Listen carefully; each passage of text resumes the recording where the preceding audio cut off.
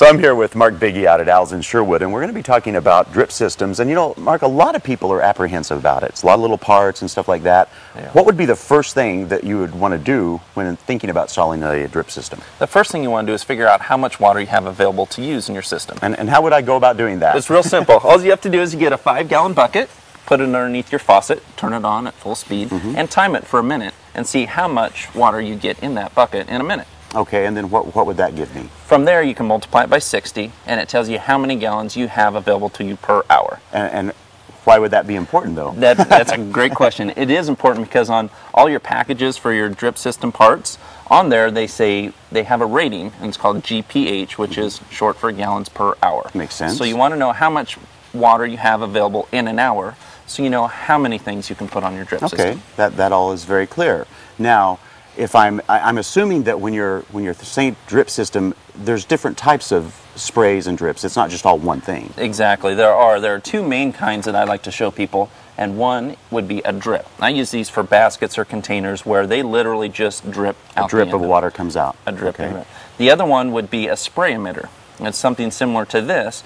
You can hook it all up to the same system, but what this does is it puts out a small spray of water and can do a larger area. Which would be good, I would assume, for the actual yard, whereas drip might be better for like containers or specific plants. Exactly. Well, now, speaking of containers, we have some here on this patio here, and you're going to show us just how simple this really can be just to set up a system. Yeah, it's really simple, and I'd like to take the fear out of it for a lot of people. Okay, yeah, let's do that. So it'd be real simple. All you do is you start with your faucet. So you have a faucet over here, and you would screw on what you call a pressure reducer. So if we're doing a drip system on this, you don't want the pieces to all blow apart. Sure. And a lot of times coming out of the house, you can have a lot of pressure. And so you just put this on, it reduces that. Simply screw it onto your faucet. From there, this is the adapter to the tubing you're going to use. Simply screw that on. It's just like hose thread. And from there you go to your tubing. Okay. So this is the tubing that you're going to run to each of your baskets. All right. And it's real simple. You can even put that together there for me if you would.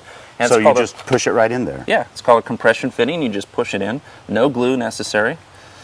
Wow. Look at that. I can't even do that. Wow. Yeah, strong man. Look at those guns. So there you have your main tubing going to your containers. From there you just take a little punch. You make a small hole in the tubing. Real simple. And this is the drip emitter I alluded to earlier. And all you do is you push that in to the tube. That is simple. Just like that. From there, you just need a way to get the water from there to your pot. So you put this little, what they call tubing, distribution tubing. If you want to get fancy, looks like a little black tubing to me. Put it on there, and you put this into the center of your pot and lay it in there. So now when you turn it on, that's going to drip in there real slowly. Wow, that really is rather simplistic, isn't it? Yeah. What if I have a bigger area, like out in my garden, that I want to cover? That's where soaker hose comes in real handy. You can hook that up to your faucet and run that into your beds, and what it does when you turn on the water, it just kind of oozes out. Just so, yeah, it doesn't like shoot a stream or anything, it really just beads up out of the hose. Yeah, it does. Nice. Well, you know, a lot of times we're gone in the summertime, so how can I turn that on and off? Is there a system for that too? Sure. There are timers that they make for these. They fit right on the end of your faucet. There's a couple different timers. This is one that you can just turn the dial and it goes on for that amount of time. So say you're going to work, you want to turn on your drip system, just turn it on. It'll run for however long and it'll automatically shut off. Then there are fancier timers. These are kind of nice. You can program these and you can set them to run a certain time each day for a certain amount of time. Wow. It makes it real easy. That does make it easy. So whether you're on vacation or not, you could do that. That's right. You don't have to worry about it. Turn it on and don't worry about it. Now, you carry all of this at the Sherwood, in Al's in Sherwood, right? That's right. We do. We have this at both stores, or two of our stores. We have in Sherwood and Woodburn, but we don't have it at our Gresham store. Well, you know, and that's a good thing to remember. A lot of independent garden centers do carry the systems, but you might want to call first just to make sure that the one you go to has it. Thanks a lot, Mark. We'll make it easy for everybody, all right? Thank you.